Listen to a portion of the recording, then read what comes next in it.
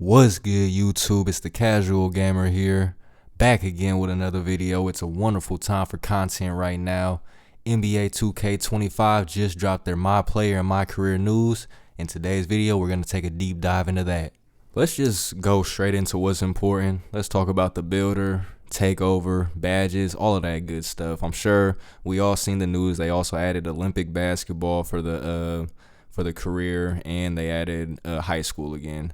So yeah, excited about that, but I know what you guys are really here for, so let's just get to it. Here is the official builder for NBA 2K25. Pretty much looks the same as the last 2 years, but they did make some slight changes. First change that I noticed is there's no more acceleration. They replaced it with agility. I'm not sure if we got a reason behind that yet, but as soon as we do, I'll talk more about it. What we can talk about though is the stamina attribute. The stamina attribute has been removed and it's now going to work a different way. Pretty much everybody starts with the 85 stamina, and to increase it, you have to do workouts. They say it's going to take about 2 weeks to get it to a 99, and it carries over to new players too, so you won't have to restart on a new build.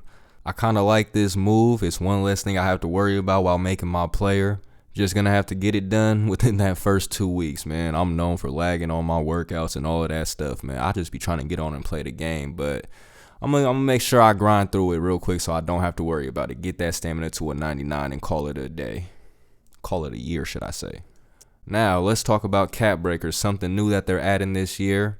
It's earned through rep, and it allows you to increase attributes beyond their initial cap. For example, if you set an attribute to 70, a cap breaker can boost it up to 75. However, you cannot exceed the height attribute limits. Big shout out to @PowerGuyNow on Twitter for breaking that down real simple, so I didn't have to go on the 2K website and explain this.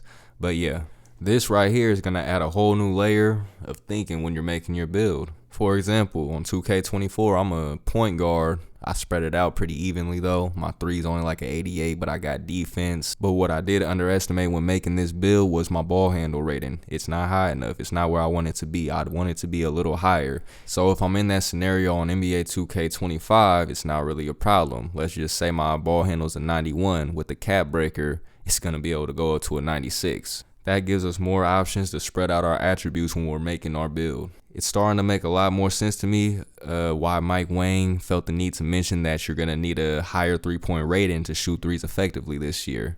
Because with the removal of stamina and the factor of cap breakers, we're just going to have a lot more points to play with when we're actually making our build. Actually, to confirm this, they said that people tested this and they weren't able to recreate a 2K25 build on 2K24. Alright, before we move on to talking about badge news, anything else, there is over 100 new possible archetypes in the MyPlayer builder, and my court is back. Alright, let's talk badges. A lot of badge news, a lot of things are different this year. There's only 40 badges this year. There was 77 in 2K24. It doesn't really mean we're getting less badges. It just means that they merged a lot of badges together. For example, like blinders and Deadeye. Instead of having two different badges for that, they just merged it together into one. I think I know exactly why they did that, and it has to do with this new badge tier, Legendary.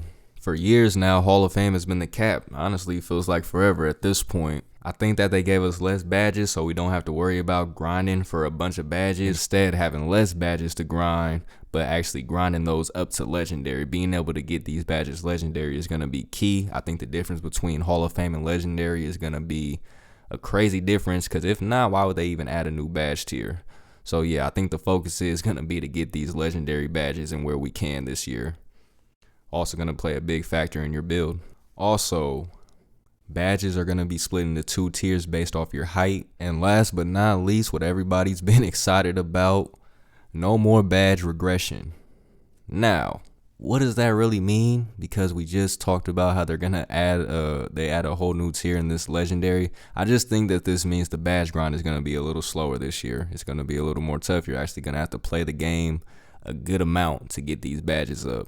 Yes, badge regression was annoying, but I kind of feel like they just replaced it with this other tier, and they got rid of a bunch of badges to make the badge grind a little more tough. It's going to be a little more slow, I'm telling you guys. Alright, let's talk the takeover system. We got 72 new takeovers, 5 levels of automatic unlocks, and you don't have to activate takeover. You will slowly boost different things throughout these levels. And I know everybody's seen it. If you haven't seen the screenshot, if you didn't see it this morning, there's a new takeover badge called barbecue chicken. Can't wait to use that. Season XP can now be earned from MyCareer NBA games and applied to the city and my team. And community builds are returning in season 2. That was pretty much it. That was pretty much the main new news that came out. Again, big shout out to @PowerGuyNow on Twitter. Made this real easy for me. I had the 2K website open and everything, and I was just going to read through everything, but he broke it down, simplified it in one tweet, and just made this video way easier. So shout out to him. The last thing we're going to do is just go through all of these new badges. About to pull the badge screen back up, and let's dive into this. All right, first we got Aerial Wizard. We all know what that is. Float Game, we know what that is. Hook Specialist, we know what that is. This is a new one. Layup Mixmaster. Improves a player's ability to finish fancy or acrobatic layups successfully. That's basically just acrobat, right? Just acrobat with a new name. Physical Finisher. Physical Finisher improves a player's ability to battle through contact and convert layups.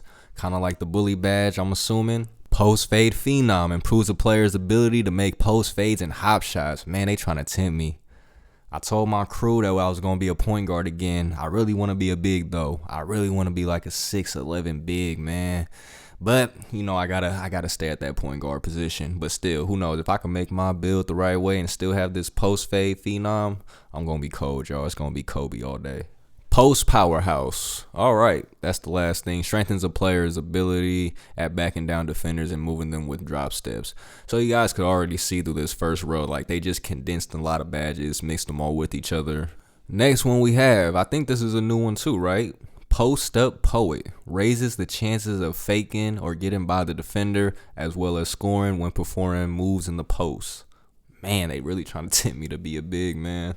Posterizer, we know what that is. Rise Up, we know what that is. Deadeye, we know what that is. Limitless Range, we know what that is.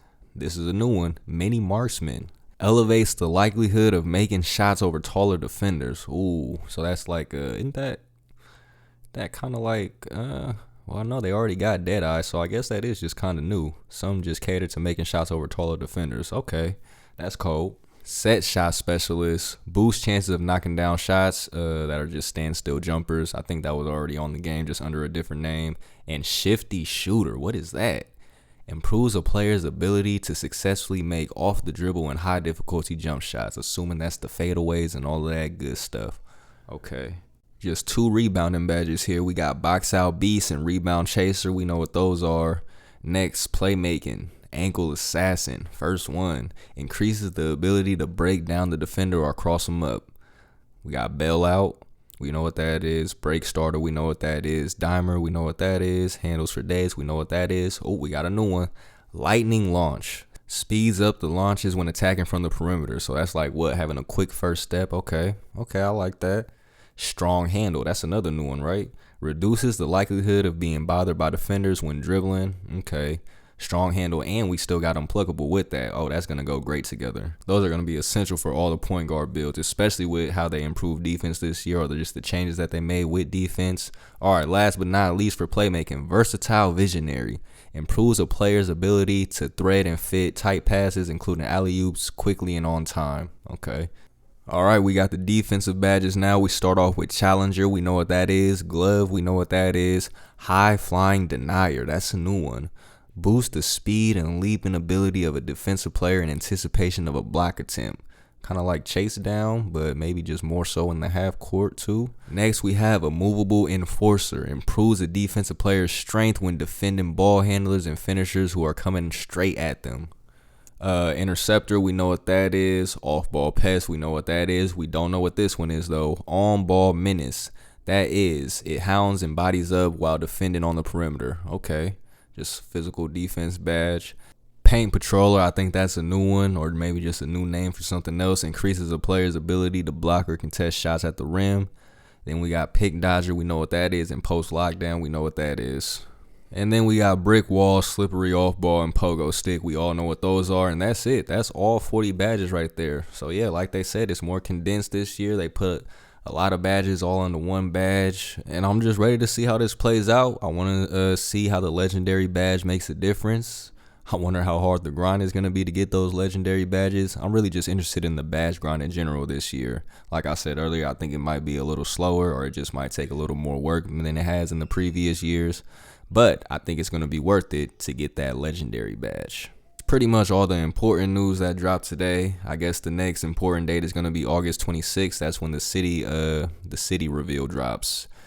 Hopefully, I mean, it's probably just going to be the same thing. Honestly, is anybody else just tired of having to wait for games in the park? The last 2 years I've barely played in the park. I just go straight to theater now, because why am I sitting here on a video game waiting to play a game?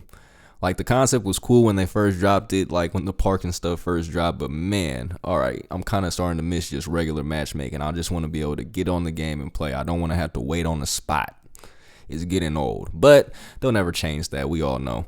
So you'll mostly be catching me inside that theater, pro-am, rec. Yeah, I don't really do the park thing. Let me know how you guys are feeling. We're pretty much exactly 1 month away from NBA 2K25 dropping. Let me know if you're looking forward to it. Let me know if you like these changes. Let me know if you're just done with 2K because it's the same recycled thing. Microtransactions and all of that stuff. Yeah, those do suck, don't they? Having to buy VC just to compete. You might have even saw me on 2K24 in some of my clips. I never bought clothes this year. I just couldn't do it. I'm like, man, I'm paying to play because I don't got time to grind this game like I used to when I was a kid. So I already got to buy some VC just to compete online. Y'all not getting no more money out of me for some clothes that y'all keep raising the price of. So y'all probably gonna see me next year in my generics and my t-shirt, man. I'm sorry. Y'all can hate all you want, but it doesn't change the fact that I'm still gonna be on there cooking y'all. You guys, it's the Casual Gamer, and I'm out.